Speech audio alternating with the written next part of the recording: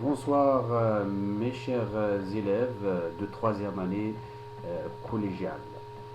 Euh, Aujourd'hui, on a l'activité de production écrite ou bien de l'écrit. Et l'objectif fixé ou bien escompté de la séance d'aujourd'hui, c'est écrire le synopsis et le résumé d'une nouvelle réaliste. Bien sûr, le public visé, c'est la troisième année de cycle secondaire collégial. On est toujours dans la période 6. Produire une nouvelle pour participer à un concours. La séquence 2. Rédiger le synopsis d'une nouvelle réaliste. Le support, c'est le manuel parcours page 125, réalisé évidemment par le professeur Mohamed Behish, ou les Karim Khattabi Ouarzazat.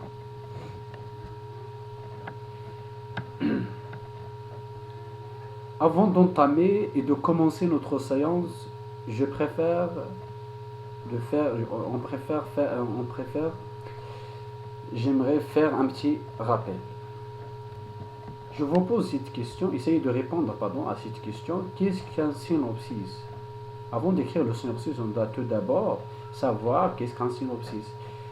Le synopsis est un court résumé d'une histoire, une vue d'ensemble.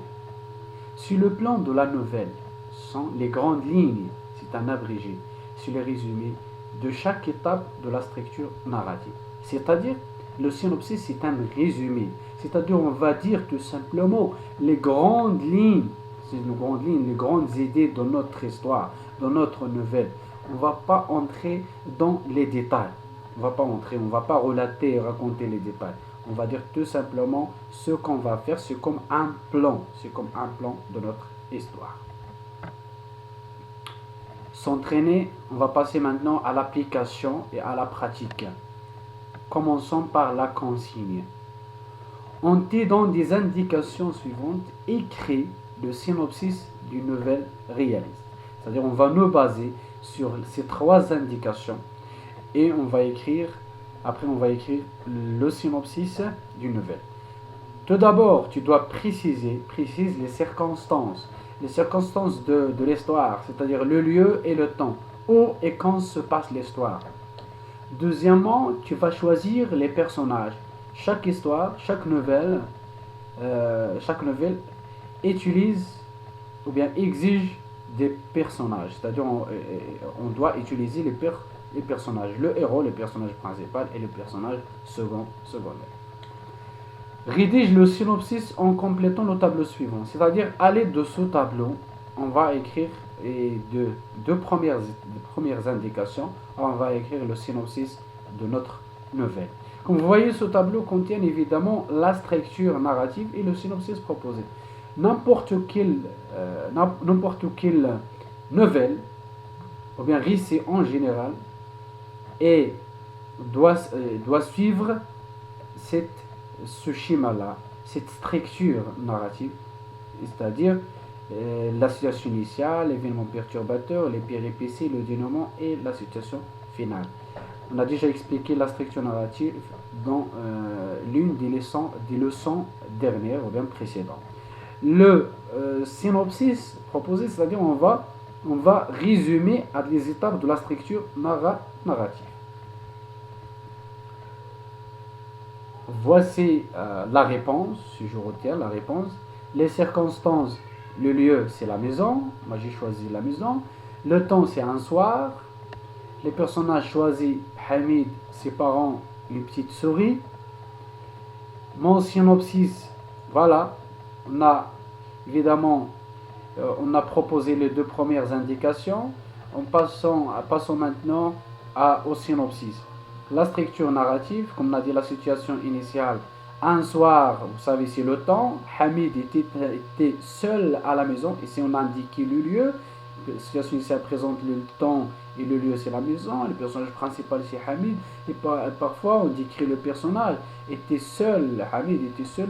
Ses parents voyageaient à Casablanca. Comme vous voyez, dans cette situation initiale, il se caractérise par le calme.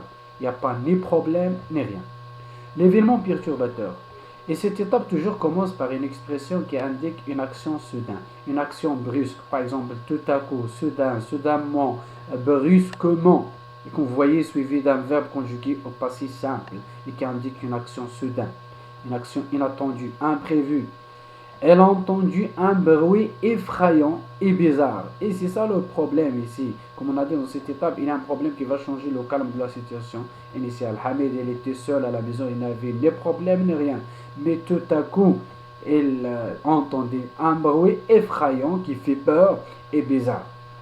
Les péripéties, ici, dans les péripéties, ce sont les actions que doit faire le personnage pour affronter et régler et dépasser son problème. Mais on sait dans cette étape, on décrit la psychologie, la psychique, le côté, les sentiments du personnage. Par exemple, ici, il avait peur. Il avait peur, hein? Il est craintif.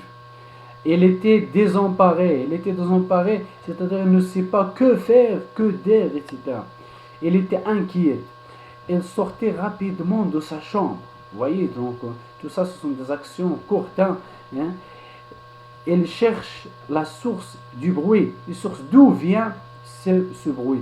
Il va à la cuisine. Voilà le personnage, il cherche ici, dans cette étape, la solution de son problème.